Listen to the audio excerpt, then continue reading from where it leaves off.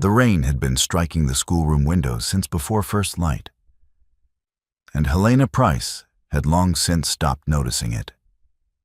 She noticed instead the dismissal notice pinned to the door behind her, the ink still sharp, the parish seal still precise, and the eviction date written below in a different hand, circled twice, as though whoever had added it wanted to be certain she understood. She was packing her books into a single wooden crate, the only crate she owned. And the work was slow, because her hands were not quite steady, and she was making herself think about the order of the volumes rather than about Friday. Outside, the lane was empty and gray, and full of water running in the ruts.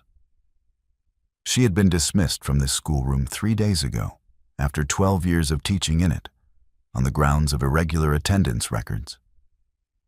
Records she had never seen before the chairman read them aloud at the parish board meeting. Records that bore her name and no resemblance to the truth. She had said so clearly, and the board had thanked her for her service. And the notice had appeared on the door by the following morning. Helena set a copy of Murray's grammar into the crate and pressed it down with the flat of her hand, and did not allow herself to think about the children who would come Monday and find the room locked. Then the sound of carriage wheels reached her through the rain, and she turned to look. And Julian Hartree, Duke of Ferncliffe, was standing in her doorway with rain on his shoulders and water dripping from the brim of his hat. And he said, without greeting, without preamble, without any visible awareness that this was not the ordinary way one began a conversation, that he needed a wife within the month and she needed a roof by Friday, and that he was asking only whether she would consider the arrangement practically, nothing more. Helena looked at him for a long moment without speaking. He was a tall man, somewhere in his early 40s, with a face that had been controlled for so long that the control had settled into the lines of it. She had met him exactly once, at the autumn assembly in Aldercombe 2 years prior, where he had been polite, brief, and entirely forgettable. She had not thought of him since. "You have come to the wrong door," she said. "I don't believe I have," Julian replied. He stepped inside without being invited, which under any other circumstance would have been insufferable. But the rain was genuinely very bad, and she could see he had not brought an umbrella. He looked at the crate, at the bare shelves, at the dismissal notice on the door, and then back at her. "You are Helena Pryce. You were dismissed from this post 3 days ago. You live in the cottage attached to the schoolhouse, and the eviction notice gives you until Friday of this week. You have done your research," Helena said.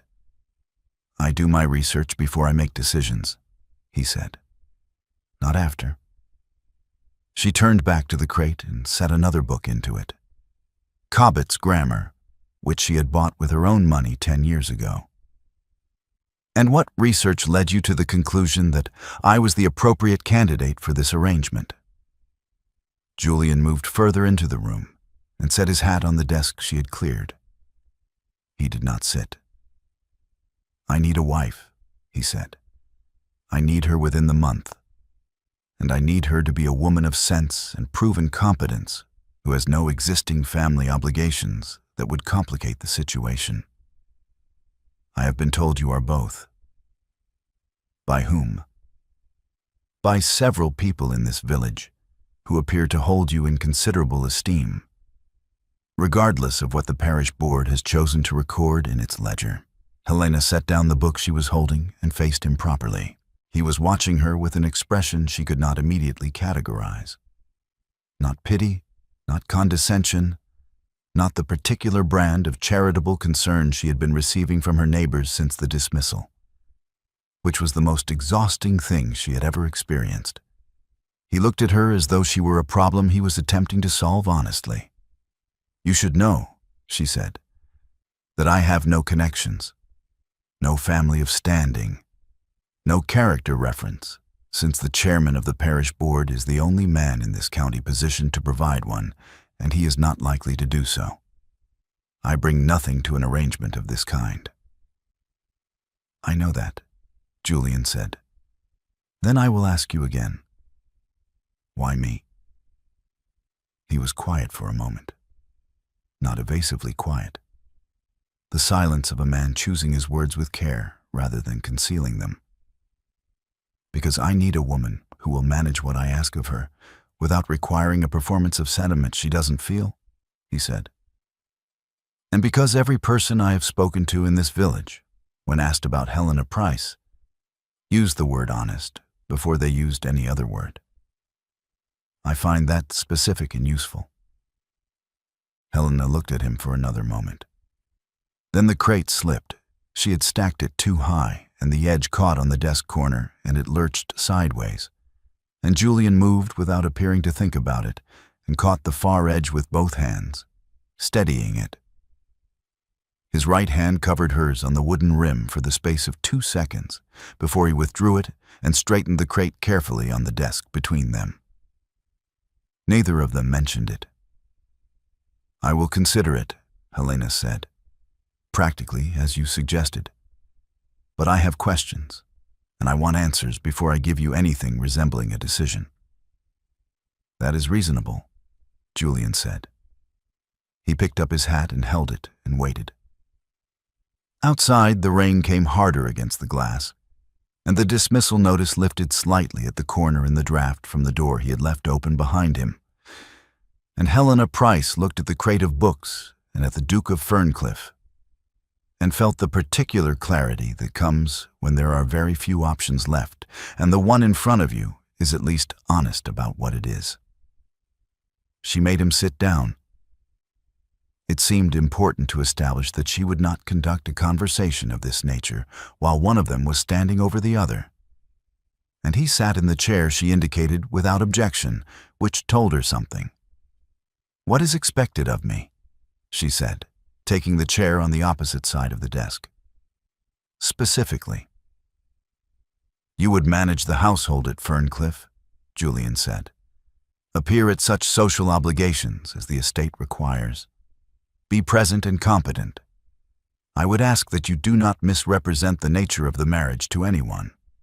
Not to your neighbors, not to the household staff, not to anyone. If we tell people it is a practical arrangement, it is a practical arrangement." "And the matter of an heir," Helena said.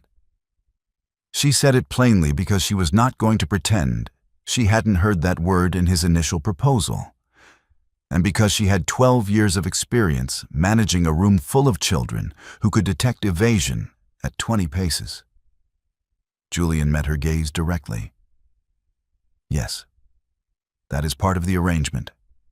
I will not pretend otherwise. What happens to me if no heir results? The dower house at Ferncliffe is settled on you in the marriage contract regardless of outcome. It cannot be revoked. You would have use of the estate library and the grounds, and an annual income sufficient to live independently.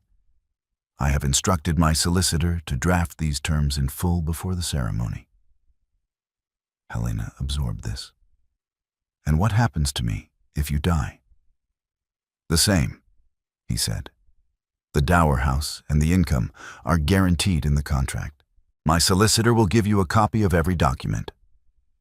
"You are being," Helena said carefully, "unusually transparent for a man of your position."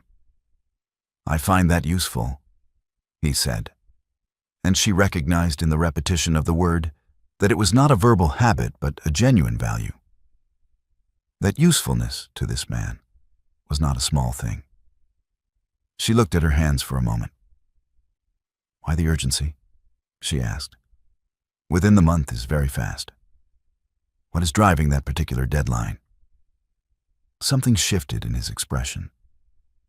Not quite reluctance, but the adjustment of a man deciding how much of a truth to give.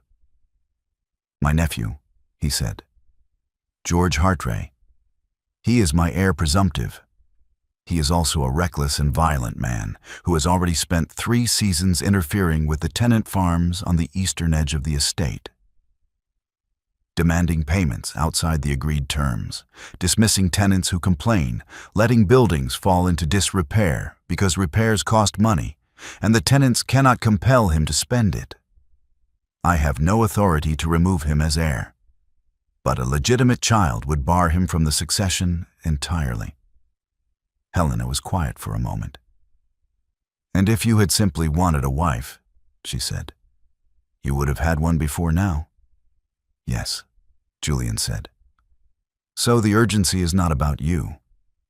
It is about the people on your land. He said again, more quietly this time, as though the directness of her arrival at the point had caught him somewhere unguarded. Yes. Helena looked at him across the desk. She had spent 12 years teaching children to read, and before that she had spent 8 years watching her father, a vicar of genuine goodness and no financial sense, slowly drown in debt until the debt won. She had built her competence and her reputation in this village entirely by herself, one quarter school report at a time, and she had watched it destroyed in a single afternoon by a man she had refused at the schoolhouse door 6 weeks ago.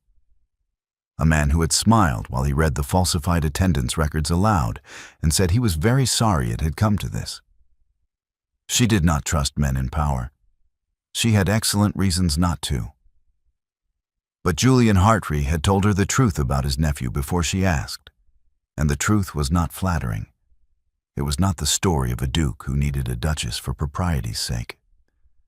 It was the story of a man trying to protect people who had no other protection, and doing it in the only way the law permitted him. That was specific. That was the kind of specific that was difficult to fabricate. I will ask you one more thing, Helena said. Ask it, Julian said. Why, of all the women available to a man of your rank, did you come to a dismissed schoolmistress with no connections and no character reference? The honest answer, please. Not the useful one. Julian looked at her for a long moment. Because the women available to a man of my rank, he said, have been taught since childhood to manage a man's perception of them rather than to speak plainly to him. I have been managing perceptions for 11 years. I find I have no patience left for it. Helena recognized it immediately, not because she had heard it before, but because she had not. It was the first entirely unguarded thing a man of his rank had said to her in longer than she could readily account for. It had no performance in it. It did not ask for anything in return. Very well, she said. I accept. The wedding took place on a Thursday morning, 8 days after he had appeared in her doorway. The clergyman was borrowed from the neighboring parish because the Aldercombe vicar was a member of the parish board, and Helena would not have him. The witnesses were Julian's solicitor, Mr. Fenn, and 2 of the household servants from Ferncliffe, who had driven down the previous evening and waited in the porch through a light frost. Helena wore the gray wool dress she had been wearing when she packed her books, because it was the best dress she owned, and there was no time or money for another. She had pressed it carefully the night before and pinned her hair without a mirror, because the schoolhouse cottage had never had one large enough to be useful. The ceremony was brief. The clergyman was professional and kind, and did not ask questions. Mr. Fenn witnessed the signatures with a particular expression of a solicitor who has learned to keep his face neutral on all occasions. Julian said his responses clearly and without hesitation. Helena said hers the same way. Afterward, in the carriage to Ferncliffe, the silence between them was not uncomfortable exactly, but it was full. The silence of 2 people who have made a large and irreversible decision together and are now sitting with the weight of it. Helena watched the countryside move past the window and thought about the children who would arrive at the locked schoolroom on Monday morning and find no one there, and felt the specific, dull grief of something she could not fix. The evening had turned cold by the time they were well clear of Aldercombe, and the carriage had no foot warmer, and the lap rug was thin. Helena did not say anything about it. She was not going to begin this arrangement by complaining about a carriage. But Julian, without looking at her or saying anything, shrugged off his coat and leaned across and draped it over her shoulders, and then settled back against his own side of the carriage and looked out his own window as though nothing had occurred. She registered the gesture precisely. He had not asked whether she was cold. He had not made anything of it. He had simply done it and moved on. And that particular combination, the noticing without the ceremony, was harder to dismiss than she would have preferred. At Ferncliffe, he showed her to her rooms, told her the household would be at her disposal from the morning, and said good night. She heard him move into the adjoining dressing room and close the door, and that was all. No explanation, no arrangement discussed aloud. He had simply understood what the evening required and provided it without making her ask. Helena stood in the middle of a bedroom 3 times the size of her entire schoolhouse cottage, still wearing his coat over her gray dress, and looked at the fire someone had lit for her arrival, and did not know what to do with any of it. She was the Duchess of Ferncliffe. She had arrived in the same dress she had packed her books in 4 days ago. She set his coat carefully over the back of the chair by the fire and sat down on the edge of the bed and let herself be very tired for exactly 10 minutes.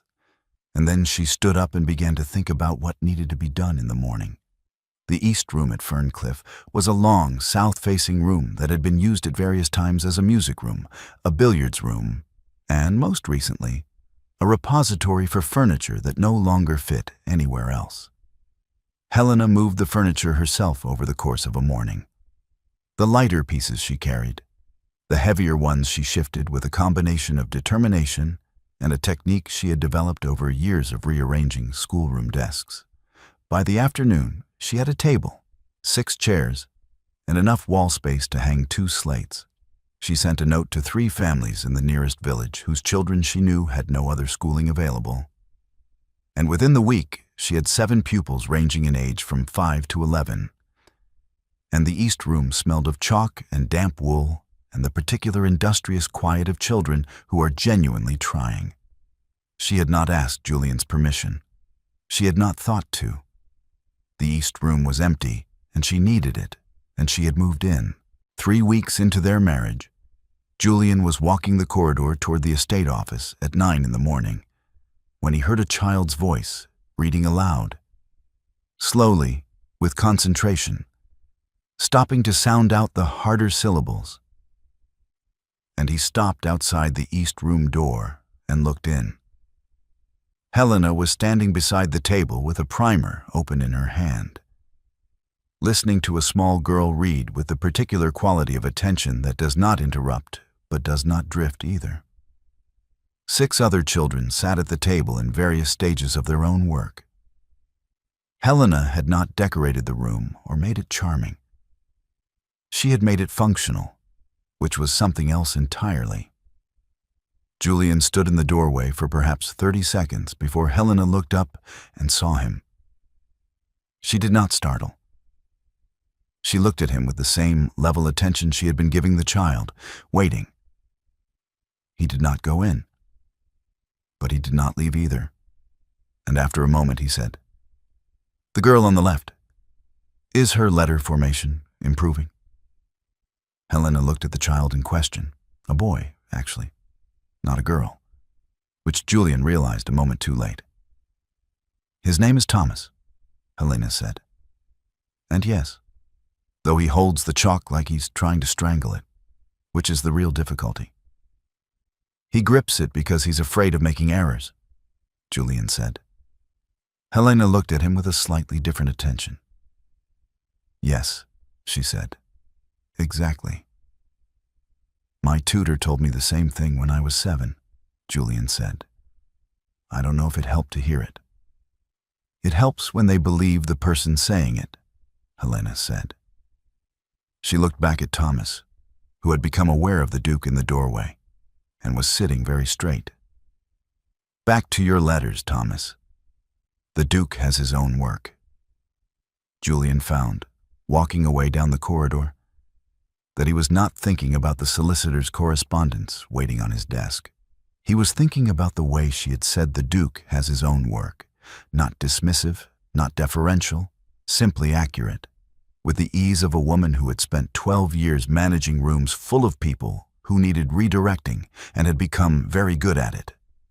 That afternoon, he sent a note to Mr. Fenn asking for an update on the crew investigation, which had been underway for 3 weeks now and was beginning to produce results that concerned him considerably. It was Helena who noticed the error in the estate accounts, and she noticed it because she had asked the housekeeper, Mrs. Oldham, for the household ledgers in her second week and had been working through them methodically in the evenings. She was not the Duchess of Ferncliffe in any meaningful way yet. She did not know the staff well enough, did not know the estate well enough. But she understood numbers. And on a Tuesday evening she found the same transposition error appearing in 3 consecutive quarterly accounts from the steward, Mr. Peel, and brought it to Julian in the library. Your steward has been reading this figure as £412 for 3 quarters running, she said, setting the ledger open on the desk in front of him. It is 421. The difference compounds. You have been underpaying the grain supplier by £27 across the 3 quarters.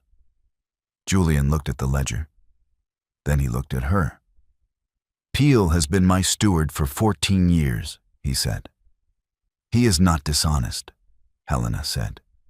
He is making the same reading error each time because the original entry was written badly, and he has stopped questioning his own reading of it. Show him the original, and he will correct it himself. Julian looked at the figure she was indicating.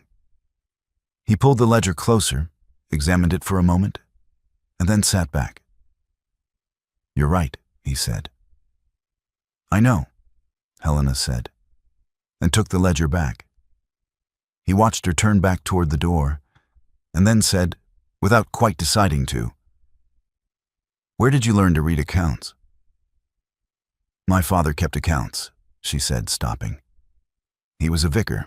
He was also chronically in debt, which meant I spent a great deal of my childhood trying to understand where the money had gone. It was educational. I'm sorry, Julian said. It was a long time ago, Helena said. She said it without self-pity, which was the thing about her that he had not expected and could not stop noticing. The absence of self-pity in a woman who had every reason for it. She moved to leave, and then paused at the edge of the lamplight, and said, without turning fully back, The crew matter. You mentioned a solicitor. Is the investigation still ongoing? Julian went still for a fraction of a second. Yes, he said. It is. Will you tell me when there is something to tell? He answered steadily. Yes. She nodded once and left the library. And Julian sat for a moment with the ledger in front of him, and the knowledge that Mr. Fenn's most recent letter, which had arrived 4 days ago and was currently in his strong room, contained findings he had not yet told her about, and that he was waiting for the right moment, for the right way to present it, and that this waiting, which felt like care, might not look like care from where she was standing. He filed the thought alongside the letter and did not act on it, and this was a mistake he would not understand fully until she told him so. In the library 3 evenings later, she was seated at the small table by the window, marking lesson papers, and he was working at the desk. And the room was quiet in the particular way. Rooms are quiet when 2 people have stopped needing to fill the silence with performance. He crossed the room to retrieve a reference volume from the shelf near her table, and on his way back he paused. She had bent over the papers, and a strand of hair had fallen across her face, and he reached without thinking and tucked it back, gently, behind her ear. Both of them went completely still. His hand withdrew.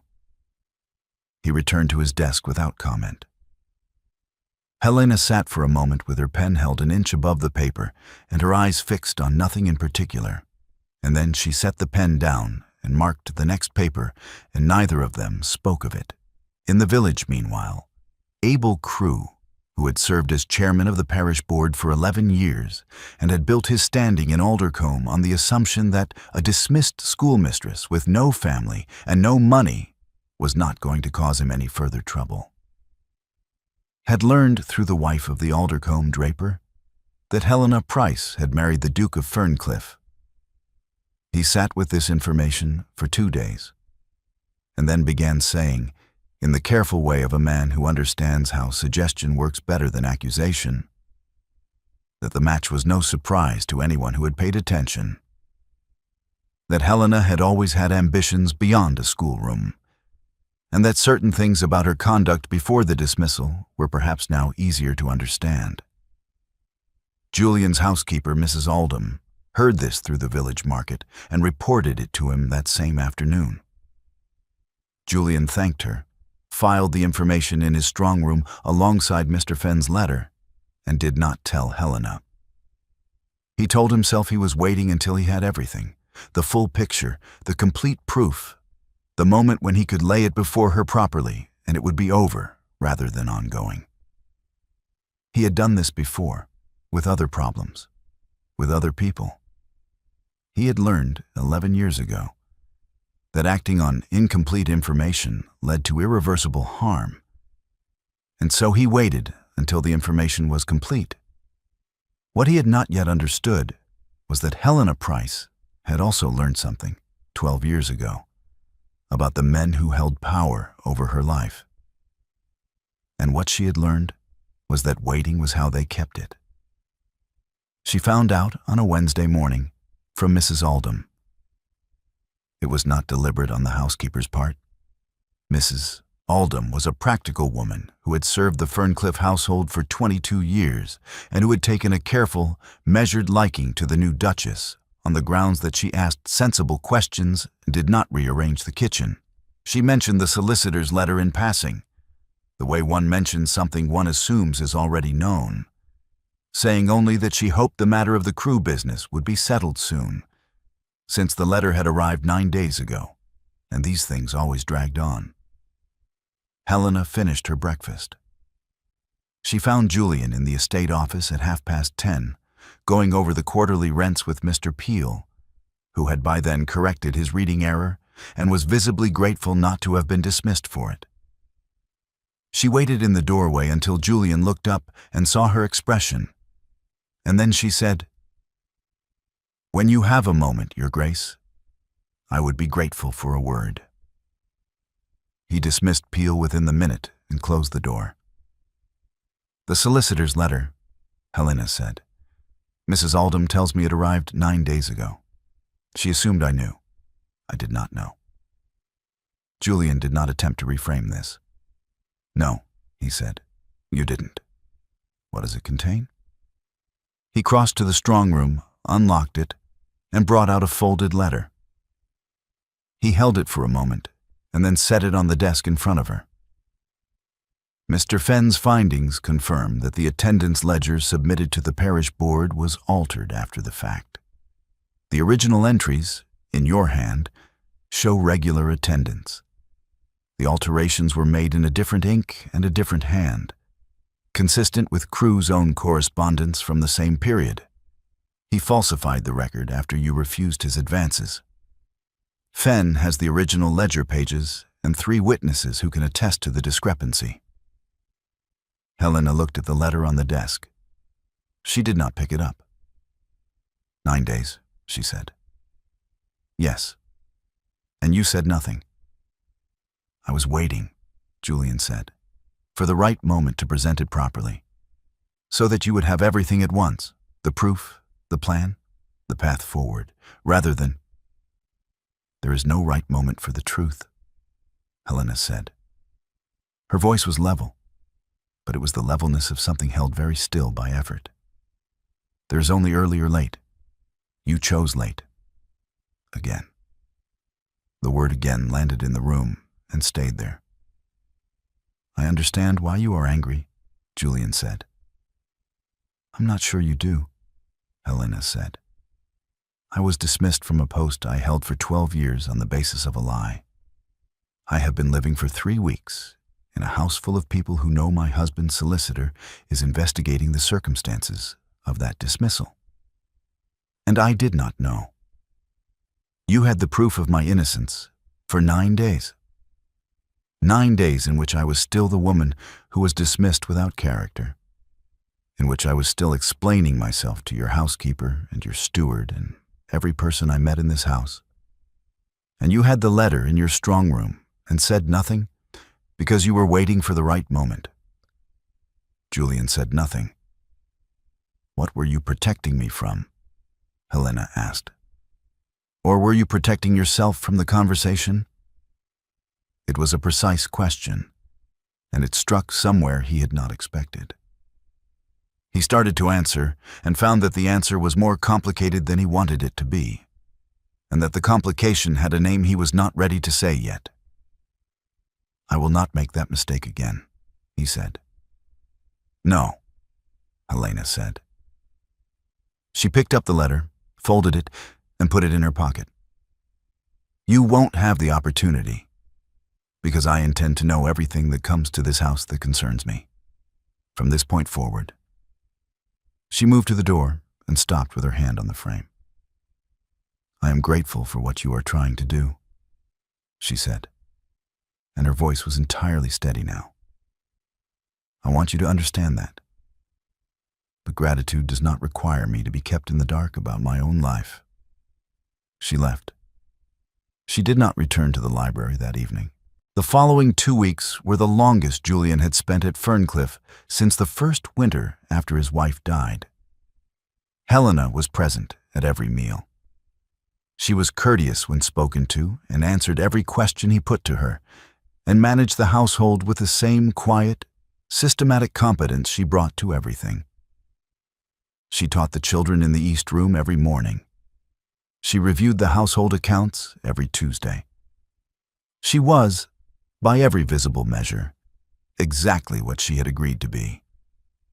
She was also entirely unreachable, and he knew the difference because he had had 3 weeks of something else before, and the loss of it was specific and located.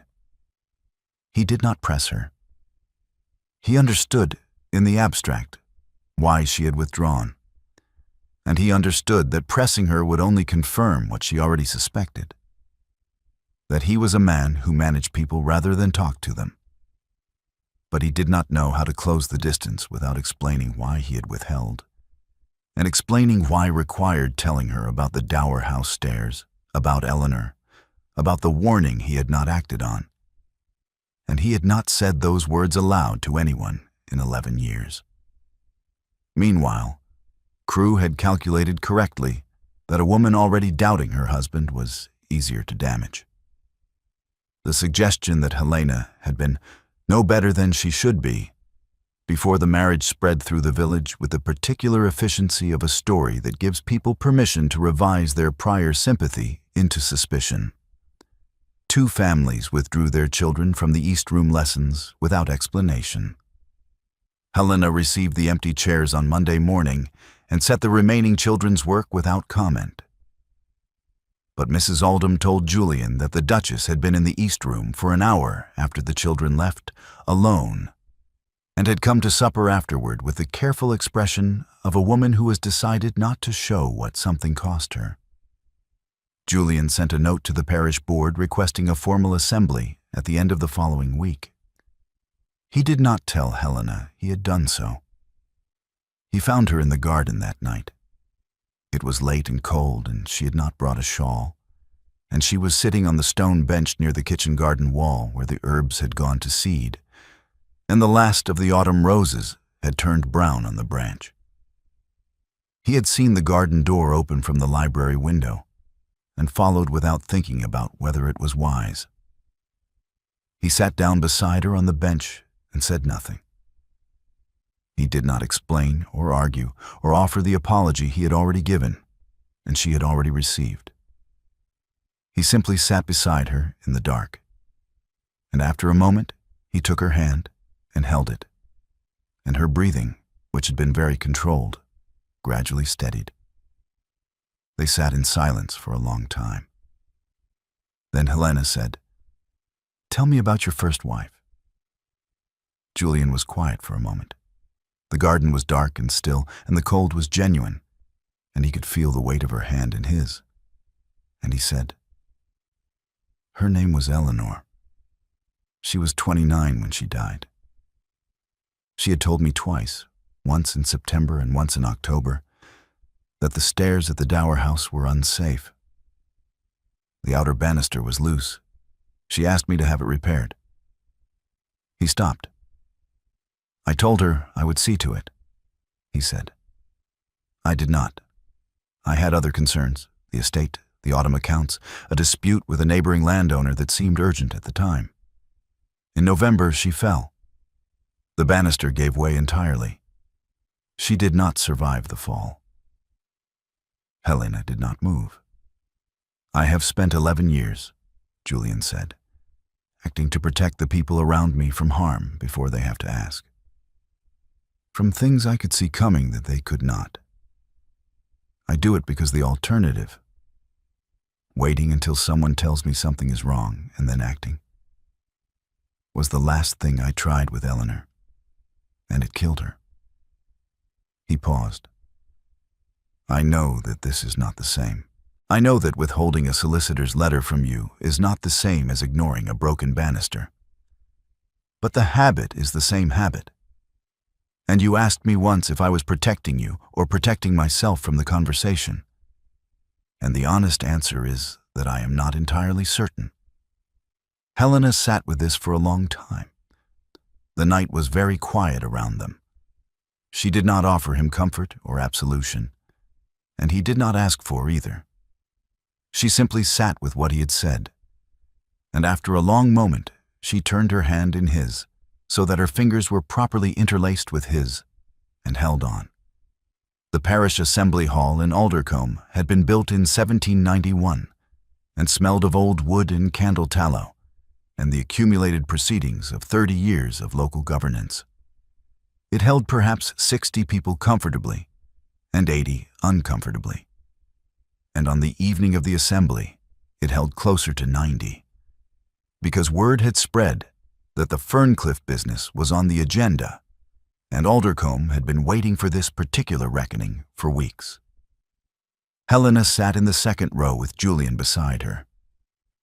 She had worn the gray wool dress again because it was still the best she owned, and she had pinned her hair with the same pins she always used, and she looked exactly like what she was.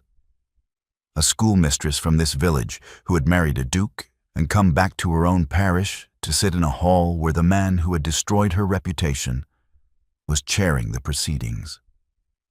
Abel Crewe opened the assembly at 7 o'clock.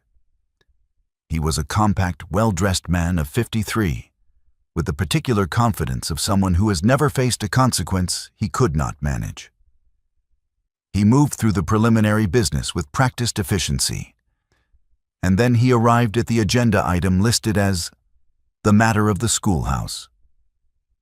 And he set down his papers and looked at the room with an expression of regret so finely calibrated it must have taken years to develop. "The board has received a request," Crewe said, "to revisit the appointment at Aldercombe School. I think it is right to address this directly and briefly, so that the matter is settled. Miss Pryce, that is, the Duchess of Ferncliffe, was dismissed from her post following a review of attendance records that revealed significant irregularities. The board acted in good faith on the evidence before it." He paused. "I think we must also be honest with one another, as a community, about the circumstances of her subsequent marriage. A woman without employment or character reference, who secures a duke's proposal within the week of her dismissal. I say nothing against her directly. I say only that the board's original judgment may have been more perceptive than it appeared." The hall was very quiet. Helena did not move. She had known something like this was coming. She had felt it in the way Crewe had looked at her when she came in, the small adjustment of a man who had prepared his ground carefully. She kept her hands still in her lap and her face level, and waited for what came next. What came next was Julian rising from his seat. He rose slowly, the way tall men do when they want the room to register the fact of them. And he stood and let the quiet extend for a moment before he spoke. He did not raise his voice.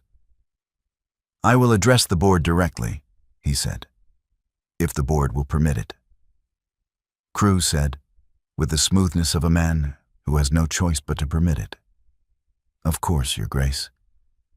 "I have before me," Julian said, "the original attendance ledger from Aldercombe School, covering the period in question." He produced it from the document case he had carried in and set it on the table at the front of the room. "And I have before me the findings of my solicitor, Mr. Fenn of Fenn and Aldgate, who has examined both the original ledger and the version submitted to this board at the time of the dismissal." He set the second document beside the first. "The findings are these. The original ledger, in Miss Pryce's hand, shows regular and accurate attendance. The version submitted to this board contains alterations made in a different ink and a different hand. Those alterations are consistent in their letter forms and their ink composition, with documents signed by the current chairman of this board during the same period. Mr. Fenn will provide sworn testimony to this effect at any proceeding the board chooses to convene." The hall had the particular quality of silence that comes when a room full of people has collectively stopped breathing.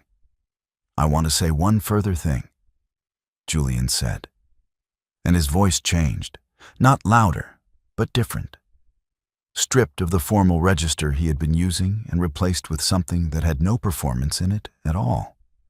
"I have known of these findings for over a week. I did not tell my wife first. I told this room first, which is the wrong order. And I want that acknowledged before this board and before this community, because she deserved to hear it from me, and she heard it from my housekeeper instead." He looked at Crewe directly. "The chairman falsified the attendance record after Miss Pryce refused his advances. He used his position on this board to destroy her livelihood and her reputation. I am asking this board to restore her appointment, to restore her character formally and in writing, and to remove Mr. Crewe from the chairmanship on the grounds of conduct unbecoming his office." The silence lasted perhaps 4 seconds. Then 3 board members spoke at once, and the hall erupted into the particular controlled chaos of a community that has just been given permission to say what it already knew. And Abel Crewe, who had spent 11 years building his standing in Aldercombe on the assumption that no one would look at the ledger too closely, sat very still in his chair and looked at the document case on the table and understood that the ground had gone from under him entirely. The vote to remove Crewe from the chairmanship was unanimous. The vote to restore Helena's appointment and issue a formal written apology from the board was 5-1, with the one abstention being a man who owed Crewe money and was now calculating what that debt was worth. Helena sat through all of it without speaking, because no one asked her to speak and because she found she did not need to. The room was doing what rooms do when the truth has been produced in documented form. It was rearranging itself around the new fact, and the rearrangement was loud and thorough, and did not require her participation. She watched Crewe leave the hall with the particular walk of a man who has not yet decided what to do next.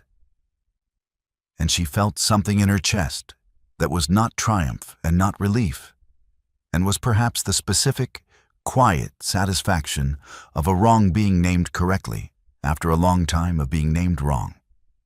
In the carriage home, the night was clear and cold, and the road from Aldercombe to Ferncliffe took 40 minutes at a steady pace. They had been riding in silence for perhaps 10 minutes when Helena turned to look at Julian. "Why did you name your own fault before his?" she asked. Julian looked at her. "Because it was true," he said. "You did not have to say it in front of the room." "No," he said, "but you were in the room, and I had already said it to you privately, which should have been enough. And it wasn't enough because I should have told you 9 days earlier. Saying it in front of the room was the only thing I hadn't tried yet." Helena looked at him for a long moment. At his face in the carriage lamplight, which was the controlled face she had first seen in her schoolroom doorway, except that it was not controlled now. It was simply tired and honest. And watching her with the attention of a man who has stopped managing the outcome and is waiting for whatever comes next, she leaned across and kissed him. It was not tentative. She had decided to do it before she moved. And she did it. And his hand came up to her face, and he kissed her back with the focused entirety of a man who has been waiting for something for a very long time, without letting himself know he was waiting. When she sat back, a moment passed between them in which neither spoke. "The board will want a formal reopening date for the school," Helena said. "January," Julian said. "Fen can manage the funding documents before Christmas." "I'll need 2 more slates," she said. "I'll order 4, he said. The carriage moved through the dark toward Ferncliffe, and the night was very clear overhead, and neither of them reached for the silence again. 1 year later, the Aldercombe schoolroom opened on a Thursday morning in October, with 14 children and new slates on every desk, and a fire in the grate that someone had lit before dawn, so the room would be warm by the time the first pupil arrived.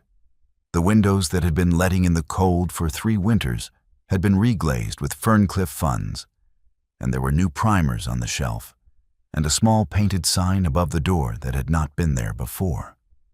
The morning light came in at an angle across the desks and lay in long, pale strips on the floor. And the room smelled of chalk and fresh paint and the specific, irreplaceable smell of children arriving somewhere they are expected. Helena stood in the doorway for a moment before going in, with her hand on the frame where the dismissal notice had been pinned exactly 1 year ago, and felt the distance between that morning and this one as something physical, not weight-lifted but ground-covered, step by specific step, none of it given and all of it earned. That evening at Ferncliffe, the library fire had burned low by 9 o'clock. On the table near the window, 2 cups of tea sat cooling beside a stack of lesson papers and a small primer, new with a pale blue cover, that had been set slightly apart from the rest. Inside the front cover, in the careful hand of the solicitor who had drawn up the paperwork, were the names of the 2 patrons who had funded the Aldercombe School's reopening: Julian Hartree, Duke of Ferncliffe, and Helena Hartree, Duchess of Ferncliffe, formerly schoolmistress at Aldercombe, restored to her position by formal order of the parish board. The fire settled. A door closed softly somewhere in the house. The primer sat open on the table with both their names side by side in the same ink, and the morning light, when it came, would find it exactly there.